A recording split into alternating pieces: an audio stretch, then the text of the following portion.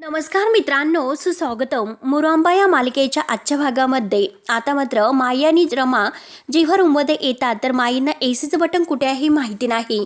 म्हणून आता ती रमाला विचारते की एसीचं बटन वगैरे कुठे आहे. तेव्हा रमा म्हणते की आहे इथे आहे. म्हणून आता रमा एसी ऑन करते. माई लगेच आता तिला टोमणा मारतात की अगं तू सुद्धा ह्या घरामध्ये नवीन आहे, पण तुला या घरातील सगळं कसं माहिती आहे की कुठे काय आणि कुठे काय नाही. त्यावरती रमा म्हणते की हे कसं आहे की हे घर सुद्धा माझं आहे. मुकादम कुटुंब या घरात राहायला येण्यापासून अगोदर पासून मला ही सर्व या घरातील माहिती आहे. तेव्हा आता माया लगेच अगदी हसते आणि म्हणते की हे बघ अगं, जसं तर तुला मात्र सगळं काही माहिती असतं आणि तो जो काही फुलांचा वर्षाव तुझ्या अंगावर झाला तर तो सुद्धा त्याबद्दल तुला माहिती तर असेलच ना. आणि हे बघ आम्हाला मात्र सगळं काही हे नवीनच आहे आणि तुझं मात्र सगळं काही अगदी रोमांटिकच होतं आणि हे जे काही घडणार आहे तुला त्याबद्दल सगळं काही माहिती होतं ना, असे आता माई जेव्हा रमाला विचारतात तेव्हा आता रमाला राग येतो. रमा म्हणते की हे बघा, मला अजिबात हे सगळं माहिती नव्हतं की हे सर्व होणार आहे म्हणून. तुम्ही सुद्धा इथे राहायला येणार आहात हे सुद्धा मला तेव्हाच कळले आणि तो सुद्धा माझ्यासाठी एक धक्काच होता. तेव्हा आता माई लगेच म्हणते की बाप्पा, खरंच मात्र बरं झालं आम्ही इथे आलो, नाहीतर तुम्ही आमच्या मागे काय काय केलं असतं. त्यावरती आता रमा लगेच म्हणते की आई बाद झालं, किती बोलतात तुम्ही आणि कितीही काय काय अगदी नवनवीन. आणि तेवढे तिथे इरावती येते. इरावती आता दोघींना सुद्धा म्हणते की काय झालं, रात्रीच्या वेळेस काय इतकी चिडचिड तुमची सुरू आहे. आणि हे बघ रमा, अगं बरोबर आहे, कारण हे घर मात्र तुझ्या सासूबाईंना आता छोटस वाटत असेल म्हणून आता नवीन घर घेण्याचा विचार सुरू असेल. आणि हे बघ अगं, तुला मम्मा खाली बोलावते आहे, जेवायची वेळ झालेली आहे. तेव्हा आता रमा काही न बोलता खाली निघून येते. तेव्हा आता रमा खाली गेल्यानंतर आता ही माई त्या रमावर चिडचिड करत असते की ही पोरगी. तर आता इरावती लगेच म्हणते की संध्या, अगं कशाला तू तिच्यावर इतकी चिडचिड करतेस. तेव्हा आता संध्या चिडूनच दात खात म्हणते की काय करू, मग मी आरती ओवाळू का. त्यावर आता इरावती म्हणते की अगं तू कितीही चिडचिड केली, रागावली, किती काही केलं, नक्की काय होईल की तिच्या मनात या घरातील सगळ्याविषयी प्रेम आणि आदर काही आहे आस्था वगैरे तर ती वाढत जाईल, म्हणजे या मुकादमाविषयी. आणि एक्झॅक्टली मात्र आपल्याला ते खरंच नकोय. तेव्हा आता ही संध्या म्हणजे अगदी रागाने म्हणते की त्या दोघांना जर एकत्र बघितलं तर माझं अगदी डोक्यात तिडीकच जाते, राग आहे तुम्हाला खरंच खूप आणि हे सर्व मला नाही सहन होत. त्यावर ते इरावती म्हणते की हे बघ, दोघं एकत्र येणार नाही म्हणून मात्र आता जे काही आता ह्या सोरा आणि अक्षयचं बोलणं आहे ते तर मात्र हिने हा व्हिडिओ करून घेतलेला आहे. सगळं काही बोलणं रेकॉर्ड करून आता ती माईला हे सर्व दाखवते. आणि हे फक्त सोराचं आणि त्या अक्षयचं काही लग्न होणार नाही, ते दोघं नाटक करत आहे म्हणून तो व्हिडिओ आता तो दाखवते. तेव्हा आता माई तो व्हिडिओ बघते. आता मात्र तो व्हिडिओ आणि ते सर्व ऐकून माई तर डोक्याला हात लावते आणि म्हणते की बाप्पा, हे सर्व खरं आहे का. आणि आपण तर मात्र आता हे सगळं काही आत्ताच्या आता रमाला दाखवायला पाहिजे, तिला सांगायला पाहिजे, अक्षय तिला फसवतो हे तिला कळायला पाहिजेलच. म्हणून आता ही माई लगेच रमाला सांगायला निघते. तर इरावती तिच्या हातातील मोबाईल घेते आणि म्हणते की तू बरी आहेस ना संध्या. अगं असे टिपिकल जे काही ड्रामे आहे ते करायचे नसतात, यात कोणतीही मजा नसते. या रमाला असं वाटेल की आपण अक्षयच्या मागावर आहोत म्हणून कदाचित अक्षयने हे सर्व नाटक केलेलं आहे, कारण आपलं मन त्याच्याविषयी चांगलं नाही. त्यामुळे तिला मात्र आता हे सगळं काही सरळच वाटेल की अक्षयने हे सर्व तिच्यासाठी केलेलं आहे म्हणून. एवढा मोठा त्याग त्याने आपल्यासाठी केलेला आहे, किती आपल्यासाठी त्याने बलिदान दिलेलं आहे असं म्हणून अक्षयविषयी तिच्या मनामध्ये आणखीनच प्रेम वाढत जाईल. आणि ते दोघं मात्र आणखीनच जवळ येतील हे तुला का कळत नाही, हो की नाही, असं होईल की नाही. त्यावरती आता ही माई विचारते की अगं पण नक्की काय करायचं. तर इरावती म्हणते की हे बघ, अक्षय आणि साई आता एकत्र राहणार आहेत आणि आता आपल्याला रमा आणि साई या दोघातील प्रेम आणखीन वाढायचं आहे. त्याने काय होईल की आता अक्षयला जास्त त्रास होईल. हे ते जे काही करत आहे ना, तो जे काही आपल्यापासून लपवतो ते सगळं काही अक्षयला मात्र सगळ्यांच्या समोर अगदी खरं सांगायला भाग पाडायचं. आणि हे सर्व ऐकल्यानंतर मात्र रमाला त्याचा राग येणार आणि मग ती अक्षयवरती चिडणार. अक्षय मात्र आता हे सर्व खोटं वागला, आपल्याला त्रास होण्यासाठी तो मुद्दाम हे सर्व वागला, आपण जलस व्हावा यासाठी जो काही तो वागला, म्हणून आता रमाच्या मनातून तो कायमचा उतरेल आणि रमा मात्र कायम त्याचा रागराग करेल आणि सगळं काही आपल्या मनासारखं होईल. आता हे सर्व ऐकल्यानंतर माईला खूप आनंद होतोय. माई म्हणते की आता मात्र आपण त्यांच्या मनामध्ये एकमेकांविषयी विष कालवायचं, पण हे सर्व कसे करायचे. त्यावर ते इरावती म्हणते की अगं एका छताखाली इरावती आणि संध्या दोघे एकत्र असताना तुला असा प्रश्न पडलाच कसा. म्हणून इरावती मात्र संध्याच्या भाषेत बोलते आणि दोघी आता एकमेकांना टाळी देत खूप हसतात. त्यानंतर आता इकडे अक्षय, शशिकांत आणि सोरा आता रूम मध्ये असतात. त्या तिघांचं काहीतरी डिस्कस सुरू होत आहे. शशिकांत म्हणत असतो की हा साई आहे तो सरळ साध्या मार्गाने नाही आलेला, त्याचा नक्की काहीतरी डाव आहे, तुम्हाला वेगळं करण्याच्या मागे तो ह्या डावानेच तो इथे आलेला आहे तर असं मला वाटतंय. त्यामुळे मात्र आपले सगळे काही प्लॅन हे मातीत अगदी धुळीस मिळणार. मला असं वाटतं, भीती वाटते मला. म्हणून आता शशिकांतला टेन्शन येतं, परंतु अक्षयला हसू येत असतं. अक्षय स्वतःशी हसत असतो, परंतु शशिकांत म्हणतो की हे जर आहे, आता हा साई इथे असताना रमाला पटवणं हे खरंच अशक्य आहे. आणि त्याच वेळेस आता सोरा सुद्धा विचार करते, तिला सुद्धा काही सुचत नाही. तेव्हा त्याच वेळेस अक्षय मात्र आता मोठमोठ्याने हसतो. तेव्हा आता हे दोघेही अक्षयकडे पाहत असतात. जे काही आहे तर एकदम असं बेस्ट घडलेलं आहे, अगदी एकदम असं उत्तम, म्हणून तो जोरजोराने हसतो. तर शशिकांत आणि सोरा त्याच्याकडे बघत आता सोरा विचारते की काय झालं, याला काही शॉक वगैरे बसला की काय, नक्की असा का वागतो बरं. त्यावरती शशिकांत म्हणतो की बघ ना. तर अक्षय हसून म्हणतो की हे तर बेस्ट आहे, आणि साई मात्र येथे राहणार आहे, आपल्यासाठी अगदी बेस्ट आहे. बेस्ट आहे ते आपल्यासाठी सोपंच होणार आहे. त्यावरती सोरा हे सर्व ऐकून अक्षयला विचारते की जो साई आहे तर तो इथे राहणारे बेस्ट होणार आहे का, सोपं होणार आहे का. अक्षय तू नक्की काय बोलतोस. या साईला मात्र तुला आणि रमा या दोघांना वेगळं करायचं आहे. तू स्वतः हे म्हणतो की आता तू घरात आला तर हे खरंच बेस्ट आहे म्हणून. त्यावरती आता अक्षय म्हणतो की हो यस नक्की, साई घरात आला हे एकदम असं बेस्ट घडलेलं आहे. तर म्हणजे आपल्याला कसं करायचं आहे की आपली पूर्वीची खेळी किंवा चाल आपल्याला बदलावी लागणार आहे, थोडीशी स्ट्रॅटेजी आहे तर ती आपल्याला बदलावी लागणार आहे. त्यानंतर आता सोरा म्हणते की हे बघा, आता मात्र मी आधीला शब्द दिलेला आहे, रमा आल्यानंतर मात्र फार ते फार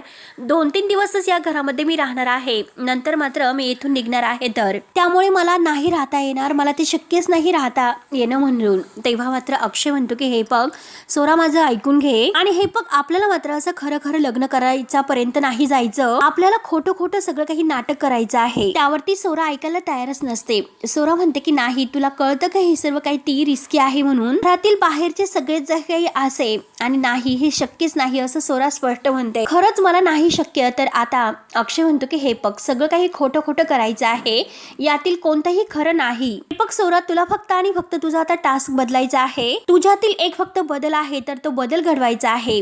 त्यावरती आता सोरा विचारते की म्हणजे नक्की काय करायचं. त्यावरती आता अक्षय म्हणतो की हे बघ म्हणजे काय करायचं ते सगळं काही अक्षय मात्र शशिकांत आणि सोरा या दोघांना सांगत असतो, आणि हे दोघं ऐकून घेतात. पुढचा प्लॅन नक्की काय करायचा आहे याबद्दल त्यांचा डिस्कस सुरू आहे. तर त्यानंतर आता हे सगळं काही ऐकल्यानंतर शशिकांत म्हणतो की म्हणजे सोरा जर अगदी रागावली, अगदी स्वतःबद्दल विचार करत ती बोलली तरच मात्र रमामध्ये काहीतरी फरक पडेल. तेव्हा आता सोरा म्हणते की हे सर्व मी कसं करणार. त्यावरती शशिकांत म्हणतो की हे बघ, रमाची मात्र आता अशी खात्री पटली पाहिजे की तू या घरासाठी, अक्षयसाठी, आरोहीसाठी योग्य नाही म्हणून. तिला संशय यायलाच पाहिजे असं काहीतरी तुला वागावं लागेल. तिला जर हे सर्व कळाले, तिला संशय आला तर ती मात्र साईचा हात सोडून अक्षयचा हात कसा धरते हे बघत राहतो. त्यावरती अक्षय म्हणतो की ओके एक्झॅक्टली असंच होणार आहे. त्यावरती आता सोरा हे सर्व ऐकते आणि म्हणते की आता मात्र रमाला त्रास होईल आणि माझा राग येईल असं काहीतरी मला वागवायचं आहे, असा टास्क मला तिला द्यायचा आहे. तर अक्षय म्हणतो की हो करेक्ट, आणि असं एकदम धडकन असं नाही करायचं, जे असं कसं अगदी सावकाशपणे कॅज्युअली हे सर्व वाढत जायचं. अगोदर छोटा छोटा त्रास द्यायचा आणि त्यानंतर मग मोठा काहीतरी असा त्रास दे, आणि जे काही करायचं आहे ते एकदम नॅचरली करायचं आहे. त्यानंतर शशिकांत म्हणतो की हे बघ आपण घरातील आहे त्यामुळे विश्वासात घ्यायचा आहे, नाहीतर त्या रमाला असं वाटेल की हे नक्की ओव्हर ऍक्टिंग करत आहे. तर आणि ते सगळं काही मी सांभाळून घेतो असं शशिकांत आता म्हणतोय. त्यावरती आता अक्षय सोराला विचारतो की हे सर्व तू करशील ना.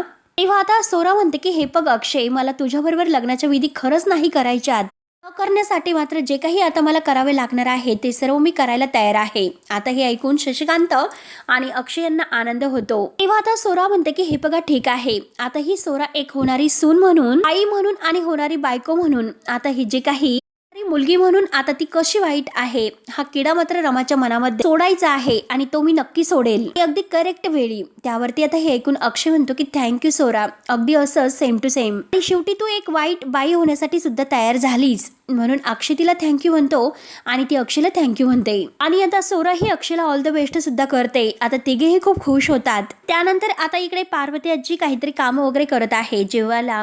तर आता रमा तेथे येते.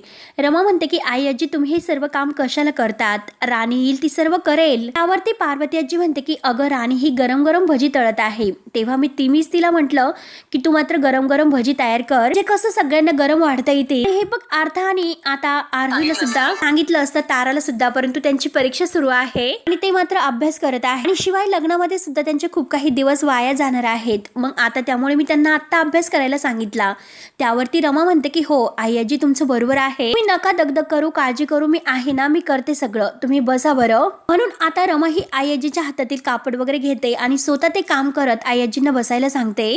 आता मात्र रमा हे काम करत असते तर तेवढ्या तिथे माई येतात. माई आता लगेच रमाच्या हातातील कापड वगैरे आहे तर ते लगेच काढून घेते आणि म्हणते की पोटे तू या घरात काम करते, तू तर या घरातील पाहुणे आहे, तू कशाला काम करतेस बरं. आणि हे बघ पाहुण्यांनी मात्र काम केलेलं मला नाही आवडत. आणि आता माई पार्वतीला म्हणते की पार्वती ताई तुम्ही तर म्हणत आहात की ही तुमच्या मुलीसारखी आहे आणि आता इथे आल्या आल्या मात्र तुम्ही तर तिला कामाला सुद्धा लावलंस. त्यामुळे हे बघा मी तुम्हाला सांगते की माझी सून अशी दुसऱ्यांच्या घरामध्ये काम करायला नाही आली. तेव्हा आता पार्वती आजी म्हणते की हे बघा माझा हेतू तसा नव्हता आणि रमाला मात्र ती सॉरी म्हणते. तेव्हा आता रमा सुद्धा पार्वती आजींना सॉरी आई आजी असं म्हणते. मी सॉरी सुद्धा म्हणू नका, काही चुकीचं नाही हे सर्व. आणि माईला म्हणते की माई हे बघा त्यांचीही चूक नाही, कारण त्यांनी मला हे सर्व करायला सांगितलेलं नव्हतं, मी स्वतः हे सर्व करत होते. तेव्हा आता माई म्हणते की अगं तू काही पण म्हण, परंतु असं लोकांच्या घरी येऊन तू काम करतेस आणि ते काही मला नाही पटत, मला माझा अपमान झाल्यासारखं वाटत आहे, बाकी काही नाही. त्यावरती आता पार्वती आजी म्हणते की रमा हे बघ तू बस बरं खाली, इथे मी आहे ना, मी सगळं काही करते. सगळे आल्यानंतर मात्र सगळेजण जेवतील आणि आता रमाला कसतरी ती खाली बसवते आणि तेवढ्यात मात्र आता तेथे सोरा येते.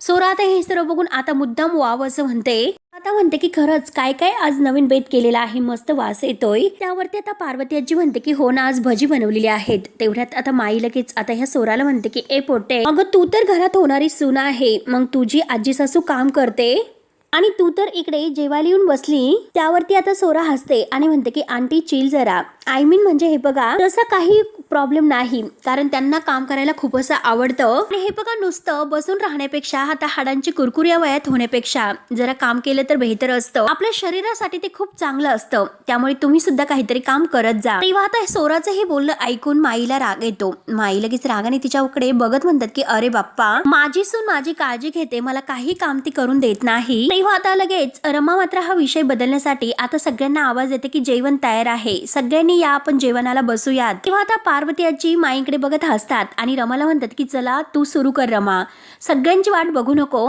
शशिकांत जरा बाहेर गेलेला आहे, अक्षय तर येतच असेल. तेव्हा आता माई रागाने हे सर्व पाहत असते तर रमा म्हणते की आई आजी अहो सगळ्यांना एकत्र येऊन द्या, आपण सगळेजण एकत्र जेवायला बसूया. तेव्हा आता माई मुद्दाम एक नाटक करते आणि म्हणते की रमा चल बरं, माझ्या औषधांची वेळ झालेली आहे, तुम्हाला अगोदर औषध दे बरं. जबरदस्तीने तिला उठवते. रमाला राग येतो. आता म्हणते की हे बघ अगं माझ्या औषधांची वेळ झालेली आहे, ते औषध मला दे लवकर. आणि पार्वतीला म्हणते की हे बघ पार्वती आई तुम्ही एक काम करा, आता मात्र ईचं माझं आणि साईचं ताट आहे ते आतमध्येच पाठवून द्या, आम्ही सगळेजण म्हणजे तिघे जण आतमध्ये जेवण करून घेतो आणि तुमचं मात्र इकडे चालून दे. तेव्हा आता सोराला आणि पार्वती आजीला ह्या माईचा खूप राग येतो आणि रमाला सुद्धा आता राग आलेला आहे की माई जे काही करत आहे त्याबद्दल. आता मात्र माई ही जबरदस्तीने रमाचा हात वगैरे धरते आणि चल ग पोट्टे आतमध्ये चल म्हणून तिला अगदी आत धरून नेते. तेव्हा आता सोरा हे सर्व बघून शॉक होते आणि आईजीला म्हणते की बघ ना काय आहे हे सर्व. त्यानंतर आता रमा साई म्हणजे साई आणि रमा एकत्र रूम मध्ये आहेत आणि आता हा साई अण्णांशी बोलत आहे आणि आता मात्र तो अण्णांनाही सांगत आहे की हे बघा समजून घ्या, लग्न आता जे काही विधी आहे तर ते सगळे एकत्रच या घरात होती, त्यामुळे मात्र माझं इथे राहणं बरोबर नाही का, तुम्ही सांगा बरं. त्यावरती अण्णा आता साईला म्हणतात की तुला वेड वगैरे लागलेला आहे का, अरे विधी तिकडे रमाचे होणार आहे, तुला तिकडे जाऊन राहण्याची काय गरज आहे. आता साईला असं वाटतं की आता जे काही विधी होतील तर ते सगळे माझ्या रमाबरोबर होतील, यासाठी मात्र आता त्याचा जीव अगदी तिथे राहण्यासाठी तो गेलेला आहे. अण्णा मात्र आता त्याला समजवतात की अरे तुला कळतं का साई, काही सेल्फ रिस्पेक्ट नावाचं काही आहे की नाही, अरे लोक काय म्हणतील याचा तरी तू विचार करायला होतास. आता साई म्हणतो की अण्णासाहेब हे बघा लोक काय म्हणतील याचा विचार करणं मी कधीपासून सोडून दिलेला आहे आणि हे बघा अण्णासाहेब रमाचं इथे एकटे राहणं मला नाही पटत. रमा आता हे सर्व ऐकत असते परंतु ती शांत असते. साई पुढे म्हणतो की हे बघा अण्णासाहेब मला असं वाटतं की रमाला माझी गरज इकडे आहे म्हणून. त्यावरती आता अण्णा म्हणतात की हे बघ रमाला तुझी गरज कधी आहे की नंतरची, तो नंतरचा विषय आहे. मुळात म्हणजे तू रमालाच तिकडे जाण्याची परवानगी द्यायला नको होती, त्याची काही गरज नव्हती आणि तरीही मी तुला म्हटलं की अरे आरोहीची जाण्याची इच्छा आहे म्हणून तू आता आरोहीसाठी परवानगी दिली असेल आणि म्हणून तर तू तिकडे जाऊन बसणार आहेस का. त्यावरती आता साई अण्णांना म्हणतो की हे बघा अण्णासाहेब लग्न हे माझं आणि रमाचं होत आहे, त्यामुळे आमचे निर्णय आम्हालाच घेऊन द्या आणि हे बघा अण्णासाहेब मी तुम्हाला शब्द देतो की रमाच्या सुखाची आणि त्यांच्या स्वाभिमानाची जी काही आता जबाबदारी आहे आणि कोणताही त्रास मी त्यांना नाही होऊन देणार, आत्मसन्मान त्यांना कायम मिळेलच.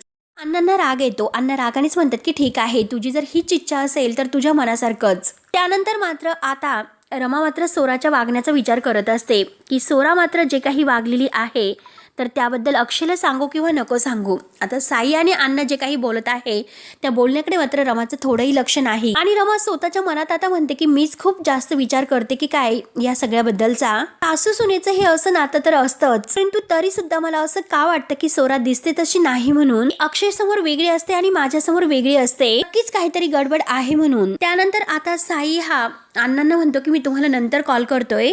म्हणून साई फोन ठेवतो आणि रमा नक्की काय विचार करत आहे त्याकडे तो बघतोय. तेव्हा लगेच आता तो रमाच्या जवळ येतो आणि रमाला विचारतो की रमा, तुम्हाला माझं इथे येणं म्हणजे राहायला येण्याचं नाही आवडले का? तरी सुद्धा आता रमाचं काही साईकडे लक्ष नसतं. साई लगेच आता जोरात चुटकी वाजवतो. तेव्हा रमा कुठे अगदी भानावर येते आणि साईकडे बघतच असते. त्यावरती आता साई रमाला विचारतो की तुमचं लक्ष कुठे आहे? मी तुम्हाला हे म्हटलं की माझं येथे येणं आणि राहणं तुम्हाला नाही आवडलं का? त्यावरती आता रमा म्हणते की हे बघा साई, असं काही नाही. त्यावरती साई म्हणतो की तुमच्या चेहऱ्यावर मात्र आता असं स्पष्ट दिसत आहे की तुम्हाला ते नाही आवडले म्हणून. त्यावरती आता रमा उत्तर देते आणि म्हणते की मला का आवडणार नाही की तुम्ही इथे राहायला आलेलं. माझं मत फक्त इतकंच होतं की येथे येण्या अगोदर तुम्ही एकदा अक्षय बरोबर किंवा त्यांच्या घरातल्या बरोबर त्यांच्याबरोबर बोलायला हवं होतं, त्यांना विचारायला हवं होतं. तेव्हा लगेच आता साई म्हणतो की त्यांना कशाला विचारायला हवं, हे घर आहे तर ते आपलं आहे, आपण त्यांना राहायला दिलेलं आहे. तेव्हा आता रमाला राग येतो. रमा म्हणते की हे बघा, दान नाही दिलेलं आपण त्यांना, ते आपल्याकडे नोकरी करतात हे लक्षात ठेवा. तेव्हा आता अक्षय या दोघांचं जे काही बोलणं होत आहे तर ते ऐकत असतो. रमा म्हणते की हे बघा, म्हणून त्यांना ते घर मिळालं आणि ते इथे राहतात, आता हे घर त्यांचं आहे. आणि हे बघा साई, कुणाच्याही घरामध्ये येऊन त्यांना न विचारता असं हक्काने राहणं मला तर हे असं योग्य नाही वाटत. आता अक्षय मात्र हे सर्व ऐकून तो रमाचं बरोबर आहे असं स्वतःला अगदी खुणावत म्हणतो. त्यानंतर आता साईला राग येतो. साई लगेच म्हणतो इथून निघून जावं असं तुमचं म्हणणं आहे का? मी लगेच माईला घेतो आणि इथून निघून जातो. तेव्हा आता रमा म्हणते की मी तुम्हाला कधी असं म्हटले? असं मी म्हटलेच नाही की निघून जा वगैरे. तुम्ही चुकीचा अर्थ का काढतात बरं? आणि हे बघा, आई मात्र माझ्या बरोबर जसे वागतात ना तसंच तुम्ही वागत आहेत. त्यावरती आता साई म्हणतो की माझा सगळा काय संबंध आहे? तर रमा म्हणते की संबंध का नाही, संबंध आहे साई. म्हणून रमा आणि साई या दोघांमध्ये आता भांडण सुरू होत असतं. आणि तेवढ्यात अक्षय मात्र दरवाज्यात उभं राहून हे सर्व ऐकतो आणि शेवटी तो दरवाजा वाजवतो. जोरात आतमध्ये येऊ का असं विचारतो. आणि अक्षय रागाने त्या दोघांकडे बघतो आणि विचारतो की काय चाललं तुमचं? तुम्ही एकमेकांशी भांडतात की काय? आणि तुम्ही इतके जोराने भांडत आहात की आम्हाला बाहेर डिस्टर्ब होतं हे सर्व ऐकून. तुम्ही एकमेकांशी भांडतात काय? तेव्हा आता रमा म्हणते की नाही. त्यावरती आता साई लगेच अक्षयला म्हणतो रमाचं असं म्हणणं आहे की आम्ही इथे राहायला आलो, हे तुला नाही आवडले तर मग मला सांग हे सर्व खरं आहे का? तर अक्षय म्हणतो की अजिबात नाही, मला तर तू इथे आलेला खूपच आवडले. तेव्हा आता रमा आणि साई लगेच एकमेकांकडे पाहतात आणि आता अक्षय हसून म्हणतो की बरं झालं साई तू इथेच राहायला आला म्हणून. म्हणजे हे बघ, माझ्या लग्नाचे सगळे काही विधी आता सुरू होतील, हळद, संगीत, मेहंदी वगैरे सगळं काही. आणि आता सगळे विधी होणार तर आहेत, पण त्यामुळे मला असं वाटतं की इनफॅक्ट आता तू सुद्धा येथे आलेला आहे, मग दोन्ही लग्नाचे विधी असे एकत्रच व्हायला हवे, हो की नाही? काय वाटतं तुम्हाला? तेव्हा आता साई म्हणतो की जोपर्यंत तू रमाच्या गळ्यात हार घालत नाही तोपर्यंत सगळं काही चालेल. तेव्हा आता अक्षय नाही असं म्हणतो. चूक मात्र मी पुन्हा नाही करणार, एकदा झाली माझ्याकडून, एकदा भोगलोय पण आता नको. तर रमाला आता अक्षयचा राग येतोय आणि आता अक्षय म्हणतो की माझी सोरा खरंच खूप छान आहे. आता रमा अगदी अक्षयकडे रागानेच पाहत आहे आणि माझी सोरा खरंच सगळ्यांशी खूप छान प्रेमाने वागते, अगदी सगळ्यांशीच. आणि तुम्हाला सुद्धा अनुभव येईलच, आता कळेलच तुम्हाला की ती खरंच किती प्रेमाने वागते म्हणून. त्यामुळे हे बघा, आता उद्या मेहंदीचा कार्यक्रम आहे, त्यामुळे तयार व्हायचं आहे, व्यवस्थित तयारी करायची आहे आणि असं भांडत बसू नका. लग्नानंतर भांडायचं असतं, आता भांडू नका. म्हणून अक्षय मुद्दाम त्यांची गंमत उडवतो, जेणेकरून अक्षयला काहीच वाटत नाही असे तो मात्र दाखवितो आणि बाहेर निघून जातो. आणि तेवढ्यात साईच्या मोबाईलवर पुन्हा फोन येतो आणि आता साई फोनवर बोलत असताना मात्र रमाच्या डोक्यात सारखं आता सोराबद्दलच विचार असतो. कारण सोरा किती नाटक करत आहे, अक्षयला दाखवते एक आणि तिकडे वागते एक. अक्षयच्या समोर मात्र ती सगळ्यांशी चांगलं वागण्याचं नाटक करत आहे आणि अक्षयचं मात्र त्या सोरावर खूप प्रेम आहे आणि खूप तिच्याबद्दलचा विश्वास आहे. हे सर्व त्यांना सांगून काही उपयोग नाही. त्यामुळे सर्वात अगोदर मला अगदी सोराशीच एकदा बोलावं लागेल. त्यांच्या अगोदर चा खरा चेहरा आहे तर तो सगळ्यांच्या समोर मला आणावाच लागेल असे आता रमा आपल्या मनात ठरवते. म्हणून ती आता सोराच्या रूम मध्ये येणार आहे. सोरा मात्र फोनवर बोलत आहे आणि ती आता आदिशी बोलत असताना म्हणते की बापरे, त्या रमाची सासू आहे ना ती खूप डेंजर आहे रे. त्यावरती आदित्य विचारतो की हो सिरियसली? त्यावरती सोरा म्हणते की हो काय. बघ ना, अरे तुझी आई कशी आहे, ती किती गोड आहे बरं. आणि ही रमाची सासू मात्र स्वतः अगदी प्रत्येक गोष्ट तिच्या तालावर नाचवत असते. त्या रमाचा रिमोट कंट्रोलच तिच्या हातामध्ये आहे आधी. किंवा आता आधी म्हणतो की अरे बापरे. आणि हे बघ निशा, मी तुला काय म्हणतो, तू ह्या सगळ्या गोष्टीमध्ये पडण्यापेक्षा फक्त तेथे अक्षयला मदत करण्यासाठी गेली होतीस आणि आता हे सर्व बस कर बरं. आणि तुम्ही तर सगळेजण म्हटले होते की हे सर्व नाटक आहे. त्यावरती सोरा म्हणते की अरे हे नाटकच आहे.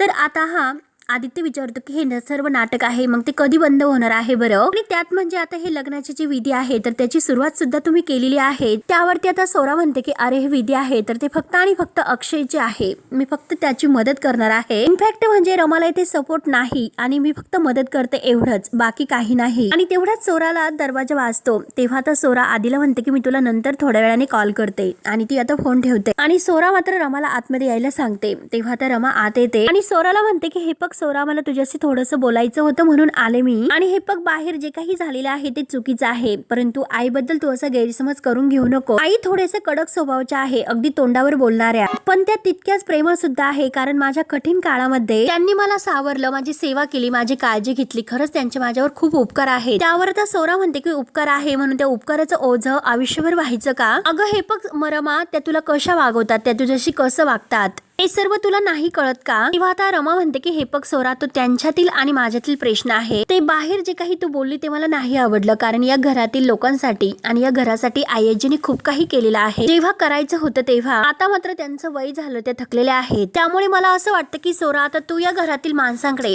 आणि या घरातील सगळ्यांकडे जास्त लक्ष द्यायला हवं, त्यांना जपायला हवं. आणि हे बघ आईजींना मात्र तुझ्या आधाराची गरज आहे. त्यावरती आता सोरा म्हणते की ऑफकोर्स, आणि तुला मी इतकी ओल्ड फॅशन वाटले का? आणि हे बघ मला त्यांची काळजी आहे म्हणूनच मी आता त्यांच्यासाठी एक केअरटेकर ठेवणार आहे आणि त्यांना कधीही अगदी काही गरज लागली तरी सुद्धा ती त्यांच्या मदतीला कायम असेल. त्यावर रमा हसते आणि म्हणते की केअरटेकर कशाला, आपली माणसं असताना केअरटेकरची गरज नसते. अगं मी तुला म्हणाले, अगं त्यांना मात्र तुझ्या आधाराची, तुझ्या प्रेमाची गरज आहे. तेव्हा आता सोरा म्हणते की राईट, हे बघ मला माहिती आहे, पण मी जर इथे असते तर आता हे प्रेम, माया, आधार हे सगळं काही देऊ शकले असते. कारण आता मला तुला हे सांगायचं आहे की मी मात्र आता इथे नेहमी नसणार आहे. लग्नानंतर मात्र मी आणि अक्षय मात्र लंडनला शिफ्ट होतोय. तेव्हा आता हे ऐकून मात्र रमाला तर धक्काच बसतो. तर मित्रांनो, हा भाग येथे संपतो. पुढील भागामध्ये आता मात्र जे काही साखरपुडा आहे ना, तर ते आता सगळं काही पार पडलेलं आहे आणि आता लग्न जे काही आहे तर ते सुद्धा पार होत आहे. म्हणजे आता गुरुजी सुद्धा आलेले आहे. तर सोरा आता